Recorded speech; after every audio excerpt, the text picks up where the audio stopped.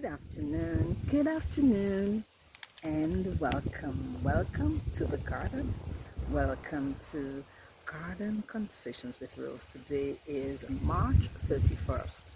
Today marks the end of the first quarter of 2023, and we are very pleased that you were able to join us in the garden in the month of March as we focused on our tagline, Women Telling Our Stories, Not Going Back There.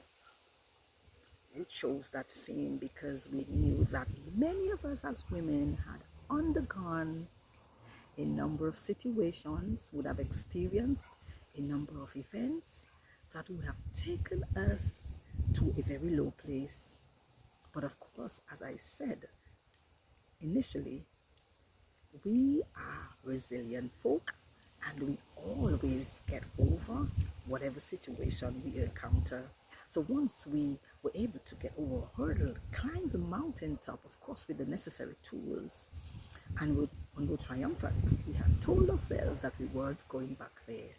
We were very pleased to have with us in the garden, in our lone interview, our Dr. Margaret Wallace, also known as Dr. Triffy, as she expounded on the different factors that may have impinged and caused women to go through traumatic situations that would have caused them to have a low self-esteem, a very poor view of themselves. Dr. Margaret was very keen on pointing out, however, that it was never a hopeless situation and there was always a way for us to get through. She gave a number of tips, a large number of tips in which and by which women could get through the awful time. She used her professional skills as well as sharing her own personal story of when her mother, my auntie, had died because the boat she was traveling in had sunk and her body, among others, were never recovered. She spoke very largely about being able to take charge and how important it was for all of us to take charge as women so that we could live our best selves as we were designed to by the Creator. So we're very pleased to have Dr. Margaret Wallace in the garden with us on the interview. For those of you who are yet to view the interview, you need to go to our Facebook page. You need to visit our YouTube channel, Garden Conversations with Rose, where you can have a good viewing and listening of that interview with Dr. Margaret Wallace. So what's our focus in the month of April? For this month of April, I have chosen to focus on mothers, the changing roles, faces and stages of mothers, all in honor of my own mother, Veronique, whose birthday is on April 29th. We are using it to define when is too much. And we are also thinking about, do we ever back down or do we back off? While at the same time thinking about whether it is true that just because we are women, we are all cut out to be mothers. So I urge you to join us in the garden in the month of April as we explore this topic, this area as it relates to womanhood and motherhood, knowing our stages and phases and roles, how too much is too much, if it is at all, and when do we back down or back off, and even if we are all cut out to be mothers by virtue of us being women. I believe in starting the ball rolling, and so as the initiator, I will start with giving you some of my views on the said topic. So of course I said the changing roles, faces and stages of mothers. So I am of the firm view and of the firm belief that a mother has a role to play in whatever age her child has But of course, that is very much dependent on a number of factors. So of course, the role that the mother plays is very much intertwined with her mental capacity, her physical ability, and also that role will change as the child grows older, as well as when the mother herself advances in age. So for example, when a child is between the 0 to 5 year age, the role of a mother is very different. So we all know that more often than not, there is the breastfeeding stage that occurs as a baby, usually between 0 and 1. Some people take it on to 2. Of course, the extra nurturing part, the part of instilling certain moral concepts and values in a child, those are crucial things that a mother does for a child in that particular age group. And even as the child progresses into up to the age of 7, I believe that as of that time, the mother's role, apart from feeding and clothing the child and showing love and care, the instilling of crucial values and concepts spiritually and otherwise must take precedence. You know, all of you, or most of you would know that I am an educator. I have been an educator for over 37 years, and I have taught in all spheres of the educational sector, all the way from a 5-year-old at kindergarten all the way to 5th form, dealing with persons as old as even 21 in 1 or 2 instances. So I am acquainted with how children react and behave throughout the entire school setting. So hence the reason why I said that the role must differ as the child progresses. And of course, you know, when that child is in the primary school age, primarily between the ages of 5 to 12, the role would shift slightly. So of course, you know, the nurturing continues, the value system continues. At that time too, the mother has to play an extra role of listening a little more and allowing the child to do certain things for himself or herself. So of course, the teaching of certain skills in order to be able to live with others as he or she grows older. So like negotiation skills, conflict resolution skills, those skills I believe are important in a child's life at that crucial stage, because the child begins to socialize a little more while being at school. And then of course we have those teenage years, those years of upheaval in a child's life, where the child is learning himself or herself, even trying to come to terms with the rules of the parents and the school system. And of course, the learning, the listening part of the mother is very crucial at that time, but also being a source of support. I have heard countless teenagers say that their parents simply don't listen to them, don't have a clue as to what's going on. They will never tell their mom certain things. Just about 3 weeks ago, I had the privilege of asking a few third formers about the relationship with their mother, and I was disheartened that some of them said that that did not occur. There was simply some things they could never discuss, and that sort of broke my heart, because I feel as if at that time the relationship should be a little bit stronger. I'm also of the view that at that time also parents ought to be allowing children to do things on their own, but do it in incremental stages, allowances. By that I mean, what privileges are you going to allow a child? I am one of those parents who believe that the privilege afforded to a 16-year-old should not be the same afforded to a 13-year-old, and the privilege afforded to a 17, almost 18-year-old young adult shouldn't be the same one afforded to a 14-year-old. I believe that those privileges ought to be earned, and they should come in increments. And of course, as a young adult matures, the parent, the mother, should be a support in the good, should learn to back off and allow the child to make certain decisions on his or her own.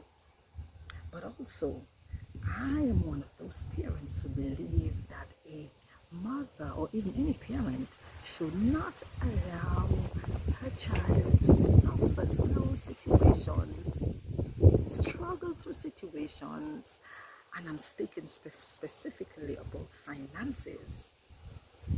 While you, the parent, you are well able to assist, just because you think the child is in his 20s and should be working or doing what he should be doing. And that is true, of course, that at that time, well, some children, of course, because many children at that age are still in university, and the parent often supports financially.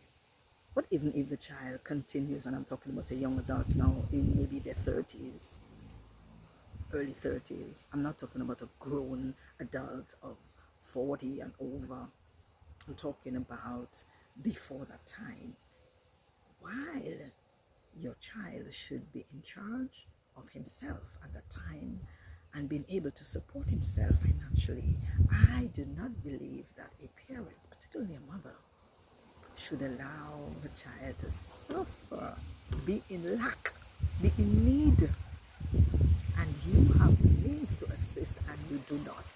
You're not going to barge onto the child and press them and give them whatever just on whims and fancies. But of course, if a child comes and asks, or if you see the need, you can offer.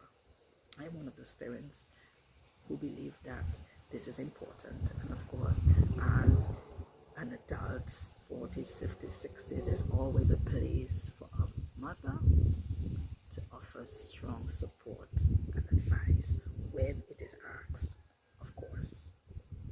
So where do I stand as it relates to how much is too much? Where do I draw the line? And I want to look at that in two ways. I want to look at that in the way of we, women, of us as mothers, taking care of ourselves. When it's too much, too much. When do we say, I am not doing this any longer? I believe that we need to take charge and take care of ourselves. So we should not be slaving ourselves away all the time for children. And never take stock of taking care of ourselves as the child matures and as they grow older. We are able to take care of ourselves without being laden and burdened down by our children's responsibilities. And I'm thinking now of our older children who may themselves have children. It is true that grandparents can babysit, and I believe that if you can offer a role of babysitting, offering help, you should, of course, look out for your grandchildren. I don't have any grandchildren yet, but I think we should look out for grandchildren. But it isn't to say that you should be burdened down while the mother or father of that child, your grandchild, has a loose time. You need to find time to take care of ourselves. And of course, at the same time, when it's too much, do you at the same time, if your child isn't able, do you see them by the wayside begging and struggling, and the social welfare comes in to take away the children, and the child, your child, is seeking the help, not able, and you have the money, you have the means of assistance, and you just sit back because you think they're old enough? Again, it ties in what I said earlier of offering assistance. When do we back down and when do we back off? I think that as our children mature and become involved in relationships, particularly if they become wedded, that we need to stand back. It has been said that many women, many mothers, hold their sons as emotional husbands, meaning they lean on them for many things. They don't want to cut loose the line, cut loose the thread. Sometimes they impinge themselves on the boy's relationship with his wife or significant other because they feel as if their son should focus mainly on them. And that I feel and believe is categorically wrong. You ought to back off. If your son is married, your son's wife becomes his priority. If your daughter is married, the husband becomes the priority, not you as the mother. Of course, you are always the mother, but that you should not begin to encroach upon the relationship in a way that you cause undue stress. It isn't to say, however, that if there is a case of abuse, that you are going to sit back and allow that abuse to take place. And if it's a case where your child is the abuser, that you are saying nothing. That is a time when you're using discretion. Discretion is important. That's why we talked about the phases of mothers. What do we do? The roles we play. We ought to use our discretion. And then, of course, we're talking about whether all women are suited to be mothers just because they are female. And so, obviously, that isn't the case. So there are some women who are very carefree and careless. They go about having fun, enjoying themselves with whoever, without due care about the consequences. They are well aware as to the effects of intercourse, particularly when there is no protection, but they go about it with undue care. And when the children come, they do not play the role they ought to. I know there are no rules or laws to determine who can and cannot become a mother, because biologically and through our body and our genitalia and everything else and reproductive system, it is quite possible that all of us as women may become mothers or are able to become mothers. However, I don't believe that all women are suited to become mothers. If you wantonly go about carelessly with undue care, having children carelessly. And of course, there is the notion of mental stability as well. Obviously, if a woman is struggling with mental health, that woman, sadly, is not a good candidate for becoming a mother. She is simply unable to adequately take care of the child. And I'm not talking about a situation where a mother may become depressed at some point. All of us as women have our moments of depressive situations. I'm not talking about those who we struggle with certain conditions. I'm talking about if the woman is a certified, I don't want to call that word, there's an old word that was called before called certified lunatic. For want of a better word, I'm going to use that word, but that's not the word I prefer to use. If a woman is in that position, clearly that woman is not able to take care adequately or become a mother. There's some women, of course, who have physical challenges that don't allow them to become mothers. They often nurture other people's children, and that's quite okay. So with these few short views of mine, I have started the conversation. You may not necessarily agree with all things I've said, and that's quite okay. It isn't for you to agree or disagree, and whether or not you do, that's not my concern.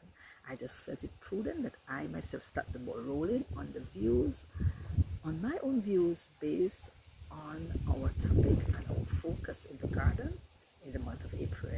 I am hoping that many of you, when asked for the interview, will consent so that we can have a varied number of viewpoints as it relates to the said topic. Stay in the garden in the month of April as we focus on the changing roles, phases and stages of mothers. When is too much too much? Should we ever back down? When do we back down? When do we back off? And whether or not we are all cut out to be mothers by virtue of us being female. Have a very blessed Friday, and indeed the weekend. I myself am looking forward to my vacation that starts on Monday for the Easter. Have a very blessed afternoon.